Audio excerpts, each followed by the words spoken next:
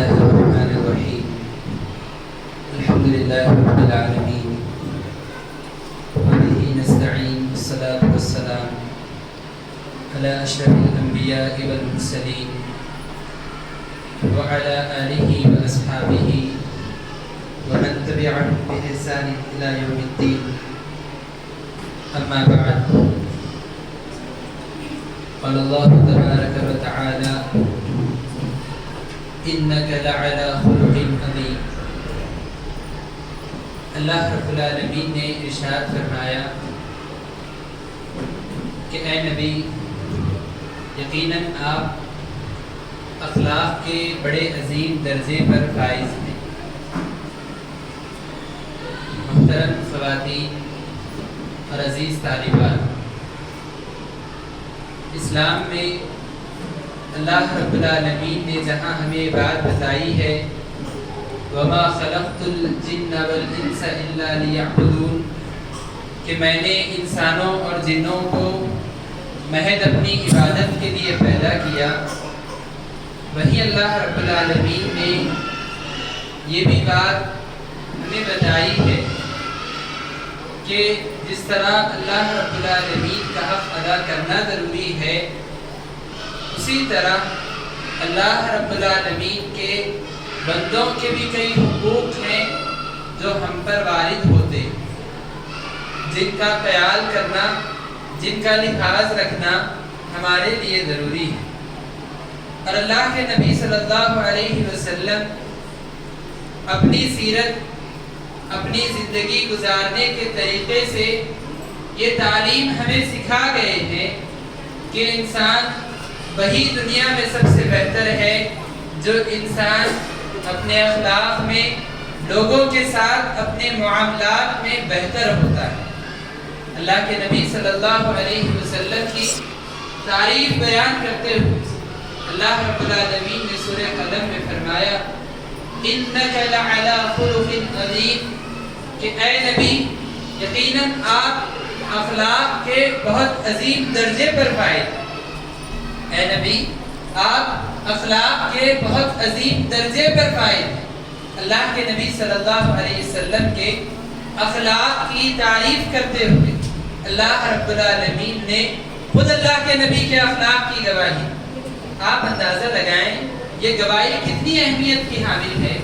دنیا میں اگر کسی انسان کی تعریف دو چار لوگ کر دیں، اگر کوئی بڑا عالم، کوئی بڑے مفتی اگر آ کر کسی شخص کی تعریف میں دو چار جملے کہہ دے کہ یہ صاحب بہت بڑے امانت دار، بڑے دیندار ہیں، بڑے اچھے اخلاق والے ہیں، ساری دنیا میں ان کا احترام بڑھتا ہے. آپ سوچ کر دیکھیں انسانوں کو پیدا کرنے والی ذات خود رب العالمین جس نے اخلاق کے پیمانے طے کیے ہیں، خود اللہ رب العالمین تعریف کرتے ہوئے صرف اتنا نہیں کہ ان کے اخلاق بہتر ہیں، اللہ تعالیٰ نے کہا إِنَّكَ لَعَلَى خُلُقٍ عَظِيمٍ، کہ اے نبی آپ اخلاق کے بڑے عظیم درجے پر فائز ہیں، آپ اخلاق کے بہت بلند مقام پر فائز ہیں. اللہ رب العالمین نے یہ بات اپنے نبی محمد صلی اللہ علیہ وسلم کے اخلاق کے بارے میں. مسلمانوں کو جہاں اللہ رب العالمین کی عبادت کرنے کا حکم ہے، وہیں مسلمانوں کو اس بات کا بھی حکم ہے کہ وہ اللہ رب العالمین کے ساتھ ساتھ بندوں کے ساتھ بھی اچھے اخلاق کے ساتھ پیش آنے کی کوشش کریں.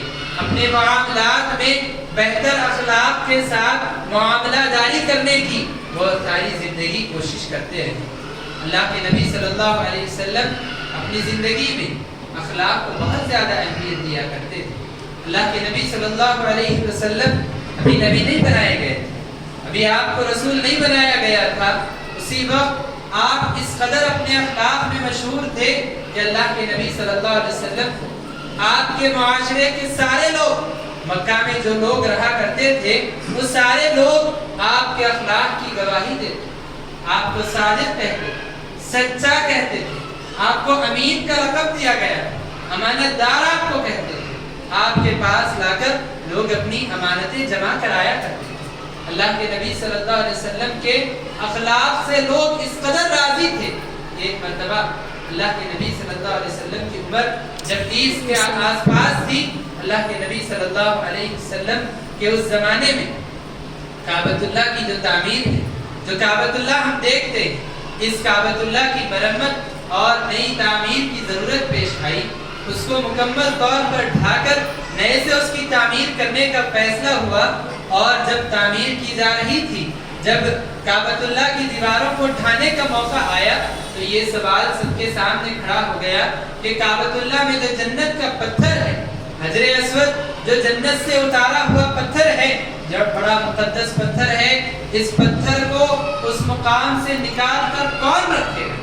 بہت بڑی فضیلت کی بات ہے کہ اللہ رب العالمین نے جو جنت سے پتھر نازل کیا ہے، اس پتھر کو اٹھا کر دوسری جگہ پر رکھا جائے، بہت بڑے شرف کا مقام تھا۔ لوگوں میں اختلاف شروع ہو گیا، قبیلوں میں اختلاف پیدا ہو گیا۔ ہر قبیلہ یہ چاہتا تھا کہ ہمارے قبیلے کو یہ شرف حاصل ہو، ہم اس کو اٹھائیں تاکہ تاریخ میں جب تک اس واقعے کو ذکر کیا جائے، ہمارے قبیلے کا نام ہو کہ فلاں قبیلے کے لوگوں کو یہ مقام نصیب ہوا تھا کہ انہوں نے حجر اسود کو اٹھایا۔ سارے لوگوں میں اختلاف ہو گیا۔ حد یہ ہو گئی کہ قریب تھا کہ تلواریں نکل جاتی، جنگ شروع ہو جاتی۔ ایسے موقع پر بعض سمجھدار لوگ جمع ہوئے اور انہوں نے یہ فیصلہ کیا کہ کل صبح سب سے پہلے اللہ کی عبادت کے لیے جو شخص کعبۃ اللہ میں داخل ہوگا، اس شخص کو ہم اپنا فیصل مان لیں گے، ہم اس کو جج بنا لیں گے، ہم اس کی بات پہ راضی ہو جائیں گے۔ جو وہ فیصلہ کرے گا، جس کے حق میں وہ فیصلہ کرے گا، وہ اس کا فیصلہ ہم مان لیں گے۔ صبح ہوئی، سارے لوگ انتظار میں بیٹھ گئے کہ کون سب سے پہلے اللہ کی عبادت کے لیے کعبۃ اللہ میں داخل ہوتا ہے۔ تو اللہ کے نبی صلی اللہ علیہ وسلم، جناب محمد الرسول اللہ صلی اللہ علیہ وسلم وہ شخصیت تھے جو سب سے پہلے کعبۃ اللہ میں داخل ہوئے۔ جب لوگوں کی نظر آپ پر پڑی، سب نے ایک آواز ہو کر کہا کہ اس شخصیت کی بات پہ ہم راضی ہیں، ہم ان کو جج ماننے کے لیے راضی ہیں، ان کے اخلاق اتنے اچھے ہیں کہ ہم اپنے معاملے کو ان کے سپرد کرتے ہیں۔ اللہ کے نبی صلی اللہ علیہ وسلم نے فیصلہ کیا کہ تمام قبیلوں کے سردار ایک چادر بچھائیں اور چادر کو اطراف سے پکڑ لیں گے۔ تمام قبیلے کے سردار اس چادر کو پکڑیں گے، اور اللہ کے نبی نے کعبۃ اللہ سے اس حجر اسود کو نکال کر اس چادر میں رکھا اور کہا جہاں پہ اس کو منتقل کرنا ہے وہاں تک کہ سارے سردار اس چادر کو پکڑ کر لے جائیں گے۔ پھر اللہ کے نبی نے وہاں سے چادر سے نکال کر پتھر کو پھر سے اٹھا کر مسئلے کا حل اللہ کے نبی نے پیش کر دیا۔ بتانے کا مقصد یہ ہے، اللہ کے نبی صلی اللہ علیہ وسلم کے نبی بننے سے پہلے مکہ کے سارے لوگ آپ کے اخلاق کی گواہی دیا کرتے تھے، آپ کو صادق مانتے تھے، آپ کو امانت دار مانتے تھے۔ اپنے معاشرے کا سب سے بہترین انسان اللہ کے نبی صلی اللہ علیہ وسلم کو لوگ مانا کرتے تھے۔ اللہ کے نبی صلی اللہ علیہ وسلم ابھی نبی نہیں بنائے گئے تھے۔ مکہ میں جو لوگ لوگوں کو پریشان کرتے تھے، ڈکیتیاں کرتے تھے، مسافروں کو ستاتے تھے، کمزوروں پر ظلم کیا کرتے تھے، بیواؤں کا حق مار دیتے تھے، یتیموں کا مال کھا جاتے تھے، ایسے لوگوں پر کنٹرول کرنے کے لیے سمجھدار لوگوں کی ایک ٹیم جمع ہوئی۔ حلف الفضول کے نام سے ایک کمیٹی تشکیل دی گئی، ایک جماعت تیار ہوئی کہ ہم تمام لوگ اس ظلم کو ختم کریں گے، مسافروں پر ڈکیتی ہونے نہیں دیں گے، ہم کمزور پر ظلم ہونے نہیں دیں گے، یتیموں کا حق کھانے کسی کو نہیں دیں گے۔ یہ کمیٹی جب تشکیل دی گئی، اللہ کے نبی صلی اللہ علیہ وسلم سب سے پہلے آگے بڑھے اور اس کمیٹی میں شریک ہوئے۔ اللہ کے نبی صلی اللہ علیہ وسلم جب تک نبی نہیں بنائے گئے، اللہ کے نبی صلی اللہ علیہ وسلم اس کمیٹی میں حصہ بن کر اپنی خدمات انجام دیتے رہے، لوگوں کو فائدہ پہنچاتے رہے۔ بتانے کا مقصد یہ کہ اللہ کے نبی صلی اللہ علیہ وسلم اپنی زندگی میں ہمیشہ اچھے اخلاق کو پسند کیا کرتے تھے، اچھے کاموں کو اللہ کے نبی پسند کیا کرتے تھے۔ اللہ کے نبی صلی اللہ علیہ وسلم انہی کاموں میں سارے معاشرے میں مشہور تھے۔ آپ اندازہ لگائیں اللہ کے نبی صلی اللہ علیہ وسلم کے اخلاق کا کہ اللہ کے نبی پر جب پہلی وحی نازل ہوئی، اللہ کے نبی صلی اللہ علیہ وسلم نے حضرت جبریل کو ان کی اصلی شکل میں دیکھا۔ اتنی تعجب کی بات رہی ہوگی کہ ایک فرشتہ جس کے پیر زمین پر ہیں، جس کا سر آسمان پر ہے، جس کے پر ایسے پھیلے ہوئے کہ ساری زمین اس سے ڈھکی جا رہی ہے، عظیم فرشتہ اللہ کے نبی کو لے کر دبوچتا ہے، اپنے سینے سے لگا کر دبوچتا ہے۔ 3 مرتبہ جب یہ بات پیش آئی، اس کے بعد اللہ کے نبی صلی اللہ علیہ وسلم بہت گھبرا گئے۔ اللہ کے نبی گھبرا کر اپنے گھر پہنچے۔ اللہ کے نبی صلی اللہ علیہ وسلم، آپ کا جسم کانپ رہا تھا، آپ جو ہے گھبراہٹ سے کانپ رہے تھے۔ اللہ کے نبی نے کہا کہ مجھے چادر اڑا دو۔ چادر اڑا دی گئی۔ جب اللہ کے نبی صلی اللہ علیہ وسلم تھوڑا آپ نے اطمینان محسوس کیا تو اس کے بعد آپ اٹھ کر بیٹھے اور اپنی بیوی حضرت خدیجہ سے آپ نے بات سنائی اور کہا کہ میری بیوی خدیجہ، میں اپنی جان پر میں خطرہ محسوس کرنے لگا ہوں۔ مجھے ایسی شخصیتیں، ایسی مخلوق مجھے نظر آنے لگی ہے کہ جس سے مجھے اپنی ذات پر خطرہ محسوس ہونے لگا ہے۔ آپ سوچ کر دیکھیں، اس وقت میں حضرت خدیجہ نے تسلی دیتے ہوئے کیا کہا؟ حضرت خدیجہ نے کہا کلا، ہرگز نہیں، ایسا کبھی نہیں ہوتا، ایسا کبھی ہو نہیں سکتا۔ لا یخزیک اللہ ابدا، اللہ آپ کو کبھی رسوا نہیں کرے گا، اللہ آپ کو کبھی رسوا نہیں کرے گا۔ کیوں رسوا نہیں کرے گا؟ اس لیے کہ وجہ یہ ہے انک لتحمل الکل، آپ مجبوروں کا بوجھ اٹھاتے ہیں، آپ مجبوروں کا بوجھ اٹھاتے ہیں۔ وتکسب المعدوم، اور جو لوگ نادار ہیں، جو لوگ کما نہیں سکتے، ان کو آپ کما کر دیتے ہیں۔ آپ لوگوں کے ساتھ اچھے معاملات کرتے ہیں، یتیموں کا، بیواؤں کا آپ خیال کرتے ہیں، اللہ کی مخلوق کے ساتھ آپ اچھا اخلاق رکھتے ہیں۔ اللہ آپ کو کبھی برباد نہیں کرے گا، اللہ آپ کو کبھی رسوا نہیں کرے گا۔ اللہ کے نبی صلی اللہ علیہ وسلم کے ایسے اخلاق تھے کہ جس کو اللہ کے نبی کی بیوی حضرت خدیجہ نے آپ کو یاد دلایا۔ یہ اخلاق سارے معاشرے کے لوگ اللہ کے نبی کے مانتے تھے۔ اللہ کے نبی صلی اللہ علیہ وسلم اچھے اخلاق کو اس قدر پسند کیا کرتے تھے کہ آپ نے جس کو دوست بنایا، آپ جس کے ساتھ رہتے تھے، جو آدمی اچھے اخلاق کا ہوتا ہے، اچھے اخلاق والے لوگوں کو پسند کرتا ہے۔ جو آدمی سچا ہوتا ہے وہ سچوں کی صحبت میں رہتا ہے۔ جو آدمی امانت دار ہوتا ہے وہ امانت دار لوگوں کے ساتھ رہتا ہے۔ اللہ کے نبی صلی اللہ علیہ وسلم نے دوستی کے لیے منتخب کیا تو حضرت ابو بکر کو منتخب کیا۔ ایسے دوست اللہ کے نبی کے نبوت سے پہلے سے تھے، اللہ کے نبی کی دوستی تھی۔ حضرت ابو بکر اس قدر اخلاق میں بہترین شخصیت تھے کہ جب اسلام قبول کرنے کے بعد لوگ ستانے لگے، حضرت ابو بکر نے فیصلہ کیا کہ مکہ چھوڑ کر اپنے خاندان کو لے کر میں کسی اور مقام پر چلا جاؤں گا۔ درمیان میں ابن دغنہ نامی ایک کافر سے ملاقات ہوئی، جو قبیلوں کا سردار تھا، اس سے ملاقات ہوئی۔ حضرت ابو بکر مکہ چھوڑ کر جا رہے ہیں تو اس سے ملاقات ہوئی، بات چیت ہوئی کہ ابو بکر کہاں جا رہے ہو؟ کہا میں مکہ چھوڑ کر جا رہا ہوں، میں مکہ چھوڑ کر جا رہا ہوں، مکہ میں مجھے اللہ کی عبادت پر پابندیاں مجھ پر لگائی جا رہی ہیں، میں مکہ میں اب باقی نہیں رہ سکتا، میں مکہ چھوڑ کر جا رہا ہوں۔ اس وقت اس کافر نے، جو اللہ کو نہیں مانتا تھا، اللہ کے رسول کو نہیں مانتا تھا، اس نے حضرت ابو بکر کے اخلاق کی گواہی دی اور کہا کہ ابو بکر تم لوگوں کی مدد کرتے ہو، تم بیواؤں کا خیال کرتے ہو، تم یتیموں کا خیال کرتے ہو، تم نادار لوگوں کا بوجھ اٹھاتے ہو، تمہارا جیسا شخص نہ نکل سکتا ہے اپنے آپ سے، نہ اس کو نکالا جا سکتا ہے۔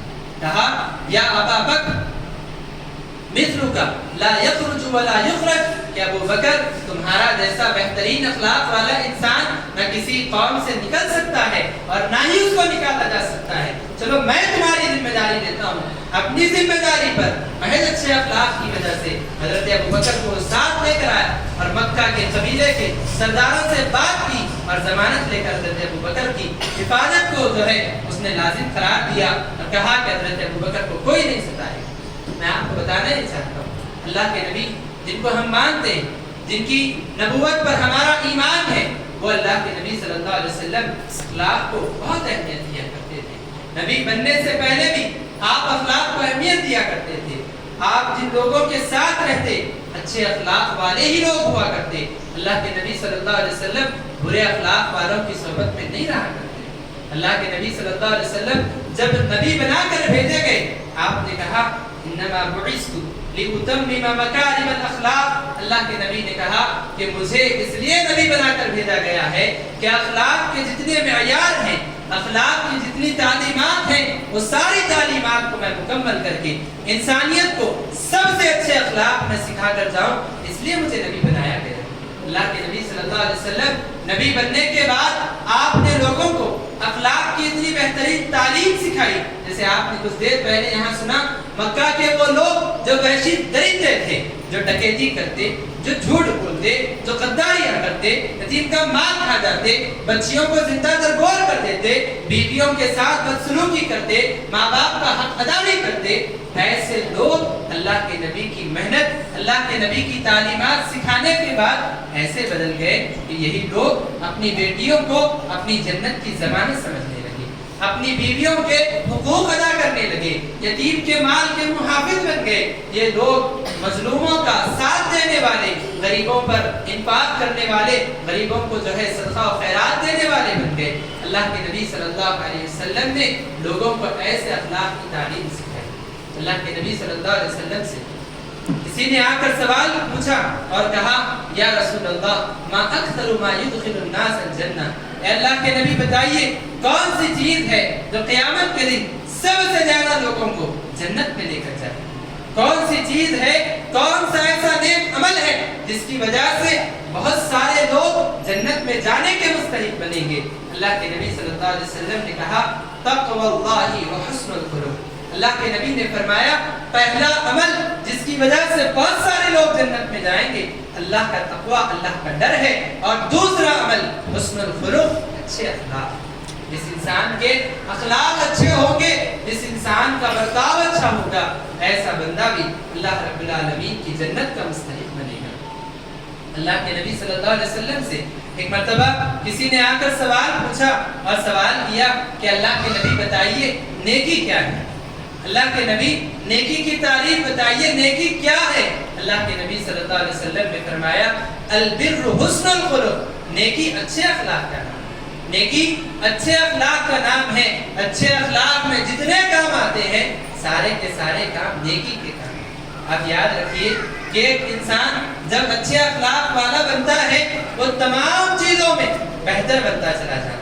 ایک انسان جو اچھے اخلاق والا ہوگا, جس کے اخلاق اچھے ہوں گے, وہ انسان یہ سوچے گا کہ مجھے پیدا کرنے والا, یہ ساری کائنات کو پیدا کرنے والا اور اس ساری کائنات کو چلانے والا, مجھے روزی دینے والا, مجھے بیمار کرنے والا, شفا دینے والا جب اللہ رب العالمین ہے, جب اللہ مجھ پہ اتنی نعمتیں برسا رہا ہے, تو اللہ کا بھی تو حق ہے کہ میں اللہ کے ساتھ کسی کو شریک نہ کروں.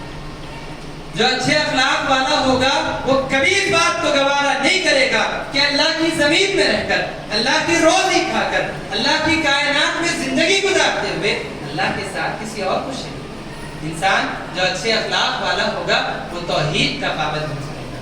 انسان جو اچھے اخلاق والا ہوگا وہ والدین کا فرما بردار بن جائے گا. کیوں کہ یہ والدین نے مجھے پیدا ہونے سے لے کر اب تک میری ساری پرورش کی, میرے کھانے پینے کا انتظام کیا. جب میں پیدا ہوا, جب میں چل نہیں سکتا تھا, جب میں بول نہیں سکتا تھا, جب میں کھڑا نہیں ہو پاتا تھا, اپنی ضروریات مکمل نہیں کر پاتا تھا, یہی والدین تو تھے جنہوں نے میری ساری ضروریات کو مکمل کیا, مجھ پر خرچ کر کے مجھ کو تعلیم دلائی, مجھے اخلاق سکھائے, مجھے دنیا میں کما کر زندگی گزارنے کے قابل بنایا, مجھے دنیا میں اچھی زندگی گزارنے کے قابل بنایا.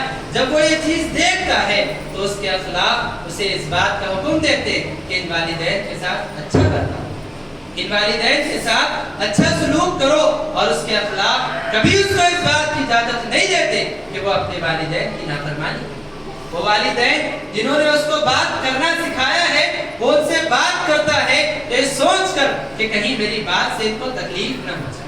وہ جب اپنے ماں باپ پر خرچ کرنے کے بارے میں سوچتا ہے تو وہ سوچتا ہے کہ جتنا مجھ سے ہو سکے گا میں خرچ کروں گا, اس لیے کہ ان کے خرچ کرنے کی وجہ سے میں آج کمانے کے قابل ہوں. اس کے اخلاق اسے ماں باپ کے ساتھ اچھا سلوک کرنے پر اٹھاتے, اس کے اخلاق اسے کبھی ماں باپ کی نافرمانی کرنے کا حکم نہیں دیتے. انسان جب اچھے اخلاق والا ہو جاتا ہے, وہ اپنی تجارت کرتا ہے تو سوچتا ہے کہ میں جب گراہک کو بیچ رہا ہوں تو اس کے ساتھ اچھا میرا برتاؤ ہونا چاہیے, میں اس کو دھوکہ کبھی نہیں دوں گا. انسان جب اچھے اخلاق والا ہوگا وہ جھوٹ بولنے سے کترائے گا. انسان جب اچھے اخلاق والا ہوگا وہ شوہر کی شکل میں ہوگا, بیوی کے حقوق ادا کرے گا. وہ بیوی کی شکل میں ہوگی, شوہر کے حقوق ادا کرے گی. وہ ماں ہوگی, بچوں کے حقوق ادا کریں گی. بچے ہوں گے, ماں باپ کے حقوق ادا کریں گے.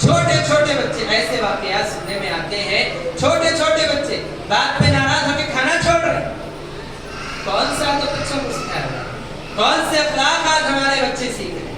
کون سا ماں باپ کا احترام، ماں باپ کی اطاعت آج بچوں میں آ رہی ہے؟ یاد رکھیے، اگر آپ اپنے بچوں کو اخلاق نہیں سکھائیں گے، کل یہ آپ کے بچے آپ کے نہیں ہوں گے، آپ کے ساتھ اچھا سلوک کرنے والے نہیں بنیں گے۔ اسی طرح اخلاق میں یہ بھی بات شامل ہے کہ انسان یہ اپنی کوشش ساری زندگی کرے کہ میں بذات خود اپنی ذات سے ہمیشہ لوگوں کو فائدہ پہنچانے والا بن کے رہوں، کبھی میں کسی کو تکلیف مجھ سے نہ ہو۔ انسان یہ کوشش کرے، اچھے اخلاق والا انسان، اس کی ہمیشہ یہ کوشش ہوگی کہ میں اپنی ذات سے لوگوں کو محض فائدہ پہنچاؤں گا۔ میری زبان کھلے گی، میں بات کروں گا تو لوگوں کو اس سے فائدہ ہو۔ میں چل کر کسی مقام پہ جاؤں گا کسی سے ملاقات کے لیے تو اس لیے کہ لوگوں کا اس سے فائدہ ہو۔ میں کسی سے معاملہ کروں گا تو اس لیے کہ لوگوں کا اس سے فائدہ ہو۔ کوئی مجلس میں بیٹھ کر میں بات کروں گا تو اس لیے کہ مجلس میں لوگوں کو میری بات سے فائدہ ہو۔ یہ انسان کی فکر ہونی چاہیے۔ اللہ کے نبی صلی اللہ علیہ وسلم ایک مرتبہ صحابہ کے ساتھ اللہ کے نبی بیٹھے ہوئے، اللہ کے نبی نے سوال پوچھا کہ اے میرے صحابہ بتاؤ، کون سا وہ درخت ہے جو ایک مومن کی طرح ہوتا ہے؟ کون سا وہ درخت ہے جو مومن کی طرح ہوتا ہے، جس سے ہمیشہ لوگوں کو فائدہ ہوتا رہتا ہے؟ صحابہ خاموش ہے۔ صحابہ میں کسی کو جواب سمجھ میں نہیں آیا۔ عبداللہ بن عمر، چھوٹے سے بچے، عبداللہ بن عمر رضی اللہ عنہما جو اس مجلس میں موجود تھے، ان کو جواب سمجھ میں آ گیا، لیکن جواب انہوں نے نہیں دیا۔ اس کی وجہ میں آپ کو انشاءاللہ بعد میں بتاؤں گا۔ اللہ کے نبی نے جب دیکھا کہ کوئی جواب نہیں دے رہا ہے، اللہ کے نبی صلی اللہ علیہ وسلم نے کہا یہ کھجور کا درخت ہے جس کی مثال ایک مومن کی طرح ہوتی ہے، اس لیے کہ کھجور کا درخت اگر وہ زندہ ہے، اگر وہ کھجور کا درخت ٹھہرا ہوا ہے اپنی جگہ پر، یا تو وہ پھل دے گا جن پھلوں سے لوگوں کو فائدہ پہنچے گا، یا پھر اگر وہ پھل نہیں دے سکتا تو لوگوں کو ہوا دے گا، لوگوں کو سایہ دے گا جس سے لوگوں کو فائدہ پہنچے گا۔ اگر یہ بھی نہیں ہوگا تو اس کے جو پتے ہیں وہ چھت کے قابل ہیں، چھت اس سے بنایا جائے گا، اس کا جو تنا، اس کی جو لکڑیاں ہیں وہ جلائی جائیں گی، اس کی ہر چیز سے لوگوں کو فائدہ پہنچے گا۔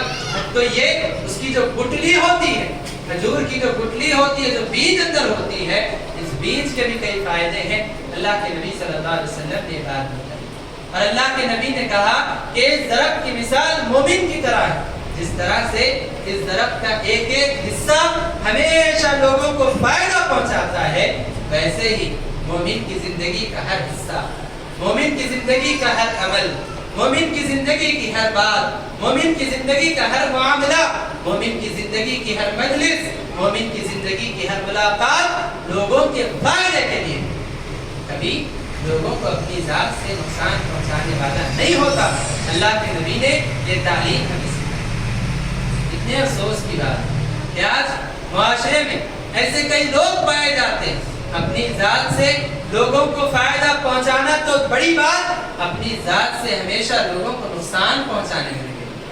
اللہ کے نبی صلی اللہ علیہ وسلم نے فرمایا ان من الناس لمفاتح الشر ولمغالق الخير۔ اللہ کے نبی نے فرمایا کہ لوگوں میں ایسے بدترین لوگ بھی ہوتے ہیں جو ہر شر کا دروازہ ہوتے ہیں، جو ہر برائی کو ایجاد کرنے والے ہوتے ہیں اور ہر خیر کے کام ختم کرنے والے۔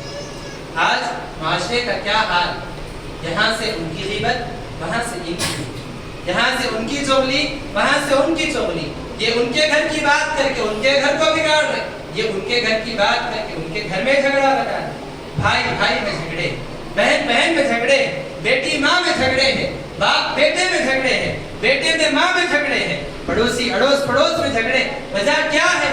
اس کے پیچھے کسی نہ کسی کی چغلی، کسی نہ کسی کی غیبت ضرور کارآمد ہوتی ہے۔ یاد رکھیے، مسلمانوں کو یہ حکم دیا گیا ہے وَإِن طَائِفَتَانِ مِنَ الْمُؤْمِنِينَ اقْتَتَلُوا فَأَصْلِحُوا بَيْنَهُمَا، کہ اے مومنوں، اگر مومنوں کی دو جماعتیں آپس میں لڑ پڑے تو ان کے درمیان اصلاح کرنے کا بلیدان جامو، ان کے درمیان اصلاح کیا کرو۔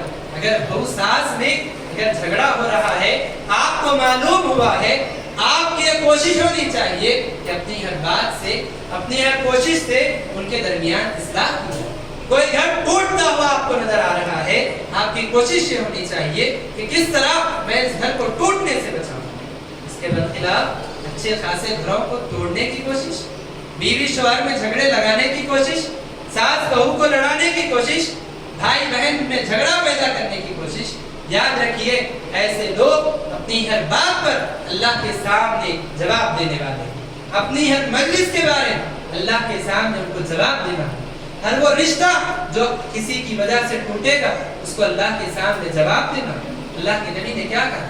لا يدخل الجنت قاطع، وہ بندہ جو کسی کے رشتے کو توڑنے کا سبب بنتا ہے، جو رشتہ داریوں کو توڑتا ہے، کبھی جنت میں داخل نہیں۔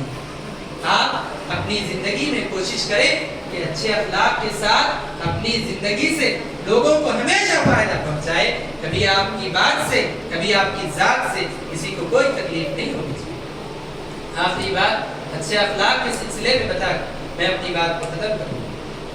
یہ حدیث جو میں نے آپ کے سامنے سنائی کہ اللہ کے نبی کی مجلس میں اللہ کے نبی نے سوال پیش کیا۔ ایک صحابی جن کا نام عبداللہ بن عمر تھا، جو حضرت عمر کے بیٹے تھے، جواب ان کو معلوم تھا۔ جب مجلس ختم ہو گئی، اللہ کے نبی نے جواب سنا دیا کہ وہ کھجور کا درخت ہے۔ اللہ کے نبی کی مجلس ختم ہو، سب اپنے گھروں کو جانے لگے۔ اللہ کے نبی کے صحابی حضرت عمر اپنے بیٹے کو بھی ساتھ لائے تھے۔ اب باپ بیٹے کو لے کر گھر واپس جانے لگے۔ درمیان میں راستے میں عبداللہ بن عمر نے اپنے باپ کو مخاطب کر کے کہا کہ اے ابو، مجھے وہ جواب معلوم تھا جو جواب اللہ کے نبی نے دیا۔ مجھے معلوم تھا کہ جس درخت کا سوال ہو رہا ہے وہ درخت دراصل وہ کھجور کا درخت ہے، مجھے بات معلوم تھی۔ عمر رضی اللہ عنہ نے کہا کہ میرے بیٹے، اگر تم مجلس میں جواب دے دیتے تو تمہارا یہ جواب دینا میرے لیے سرخ اونٹ سے زیادہ بہتر۔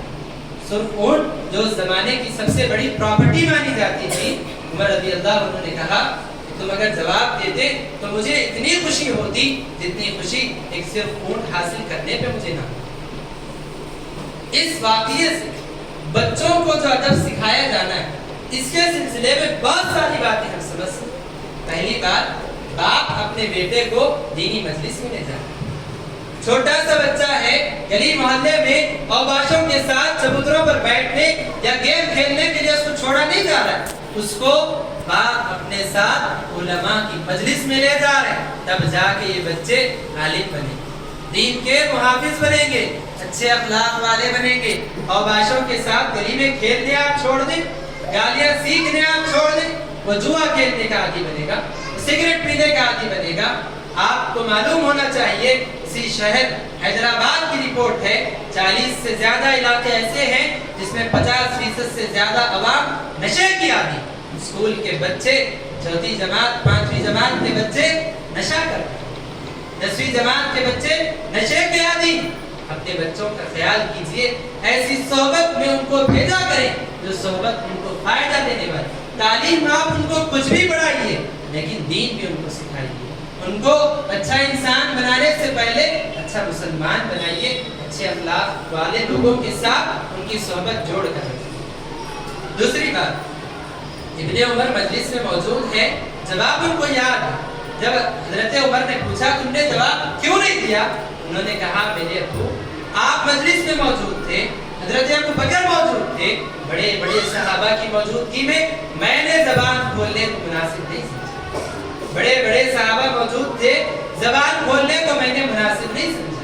یہ ادب کہ بڑے لوگوں کی موجودگی میں بچے خاموش رہے، یہ ادب آج ہمیں سیکھنے اور سکھانے کی ضرورت ہے ہمارے بچوں کو۔ بڑے لوگ بات کر رہے، شور و غل مچایا جائے، بیچ میں بچے اپنی بات بتا رہے، بیچ میں بچے ہر بات میں ڈسٹرب کرتے جا رہے، بچوں کو اتنا بڑا مقام کہ بڑوں کی بات سے پہلے بچوں کی بات سنی جا رہی، غلط بات۔ بڑے لوگ جب بات کر رہے ہیں بچوں کو خاموش رہنا چاہیے، اگر ضرورت ہے ان سے بعد میں پوچھا جائے گا، ان سے بعد میں جواب لیا جائے۔ اللہ کے نبی صلی اللہ علیہ وسلم کے پاس ایک قبیلہ آیا کچھ بات کرنے کے لیے، اللہ کے نبی کے سامنے آئے، اس میں جو ایک کم عمر کے نوجوان تھے وہ مسئلہ پیش کرنے لگے۔ اللہ کے نبی نے کہا کبر کبر، اپنی قوم کے بڑے کو میرے سامنے لاؤ، جو بڑا ہے اس کو بات کرنے دو، میں اس سے بات کروں۔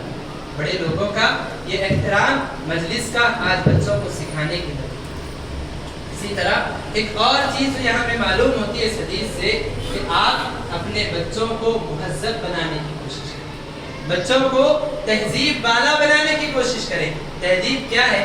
تہذیب یہ ہے کہ بچہ اچھا لباس پہننے والا، بچہ اپنے لباس کا خیال کرنے والا ہو، بچے کو آداب آتے ہوں، کھانا کھانے کے آداب، پانی پینے کے آداب، لباس پہننے کے آداب، بیت الخلاء میں جانے کے آداب، اس سارے آداب سے بچہ واقف ہو، ایسی آپ کی تربیت ہونی چاہیے۔ بچے کپڑے پہن رہے جیسے دل میں آئے پہن، بچوں کے کپڑے میلے ہوتے جا رہے، والدین ان کی فکر کرنے والے نہیں، بچے جو چائے کھا رہے جیسے چائے کھا رہے، ہاتھ میں پیکٹ لیے رستے میں کھاتے ہوئے جا رہے۔ جانور ہے جو چلتے ہیں، انسان چلتے ہوئے کھانا نہیں کھاتے، چلتے ہوئے کھانے کی چیز کھانا انسانوں کے لیے مناسب نہیں ہے۔ آپ بچے کو ادب سکھائیں، بیٹھ کر کھایا کرو، بچے کو ادب سکھائیں، سیدھے ہاتھ سے کھایا کرو، اللہ کا نام لے کر کھایا کرو، اللہ کی جو ہے تعریف بیان کر کے کھایا کرو۔ پانی پیو تو بیٹھ کر پانی پیا کرو، بیت الخلاء جاؤ دعا پڑھ کر جایا کرو، صاف صفائی کا اہتمام کیا کرو۔ یہ سارے آداب بچوں کو سکھانے کی ضرورت ہے۔ امام احمد بن حنبل رحمۃ اللہ علیہ جو بہت بڑے امام ہیں، امام احمد یتیم تھے، ان کے باپ بچپن ہی میں گزر چکے تھے۔ ان کی والدہ دیکھی کیسے ان کو ادب سکھاتی۔ ان کی والدہ وہ کہتے ہیں بعد میں بڑے ہونے کے بعد اپنی والدہ کا ذکر کرتے ہوئے کہ میں جب چھوٹا سا بچہ تھا، میری والدہ تہجد کے وقت میں اٹھتی، تہجد کے وقت میں اٹھتی، مجھے اٹھاتی، مجھے غسل کراتی، بہترین لباس مجھے پہناتی، میرے ساتھ تہجد کی نماز ادا کرتی، پھر مجھے لے کر جو جامع مسجد تھی جہاں پہ فجر کی نماز کے بعد دینی تعلیم ہوتی تھی، حدیثیں جہاں سنائی جاتی تھی، وہاں لے جا کر مجھے فجر کی نماز کے لیے چھوڑ دی۔ فجر کی نماز کے بعد میں بیٹھ کر حلقہ درس میں حدیث کا درس سنتا، وہاں تعلیم حاصل کرتا۔ احمد بن حنبل فرماتے یہ وہ امام احمد بن حنبل ہے کہ جو ایسی ماں کی تربیت لینے کے بعد میں ایسے بڑے امام بنے۔ آپ اندازہ لگائیے 8 لاکھ حدیثیں انہوں نے یاد کی، 8 لاکھ حدیثیں انہوں نے یاد کی۔ کتاب لکھی مسند امام احمد بن حنبل، اس کتاب میں اللہ کے نبی کی 40,000 حدیثیں انہوں نے لکھی۔ صحیح بخاری سے پہلے یہی کتاب تھی جس کو ساری دنیا میں سب سے صحیح کتاب مانا جاتا ہے۔ یہی امام احمد بن حنبل امام بخاری کے استاد ہیں، امام مسلم کے استاد ہیں، امام ابو داؤد کے استاد ہیں۔ اتنے بڑے عالم بنے، ایک یتیم بچہ اتنا بڑا عالم بنا ماں کی تربیت کی وجہ سے۔ ایسی تربیت آج کرنے کی ضرورت ہے۔ بچوں کو لباس پہننے کا ڈھنگ سکھائیں، بچوں کو کھانا کھانے کا ڈھنگ سکھائیں، بچوں کو بیت الخلاء کے آداب، پانی پینے کا ادب، لوگوں سے معاملات کرنے کا ادب، سلام کر کے آ کر خیریت پوچھے بچے، ایسے آداب گھر میں ماں باپ کو سکھانے چاہیے۔ ایسے بچے آگے چل کر مہذب بنیں گے، آپ ان سے مستفید ہوں گے۔ ورنہ یاد رکھیے یہ بچے اگر بگڑ گئے وہی حال ہو جائے گا جیسے آپ کے گھر میں کوئی کانٹے کا درخت نکل رہا ہے۔ وہ درخت کو نہ آپ کاٹ سکیں گے اپنے گھر سے، نہ آپ اس کو برداشت کر سکیں گے، یہ حال ہو جائے گا۔ اللہ سے دعا ہے کہ اللہ رب العالمین کہی ہوئی ان باتوں پر ہم تمام کو عمل کی توفیق نصیب فرمائے۔ اللہ رب العالمین ہم تمام کو اچھے اخلاق کو اپنانے کی توفیق نصیب فرمائے۔ اللہ رب العالمین ہم تمام کو زندگی میں جب تک رکھے لوگوں کے لیے فائدہ مند بنا کر زندہ رکھے، لوگوں کو نقصان پہنچانے سے اللہ ہماری حفاظت فرمائے۔ اللہ رب العالمین ہمیں جب تک زندہ رکھے نیک عمل کی توفیق عطا فرمائے، جب موت دے تو اس میں خاتمہ نصیب فرمائے۔ آمین۔ وآخر دعوانا الحمدللہ رب العالمین۔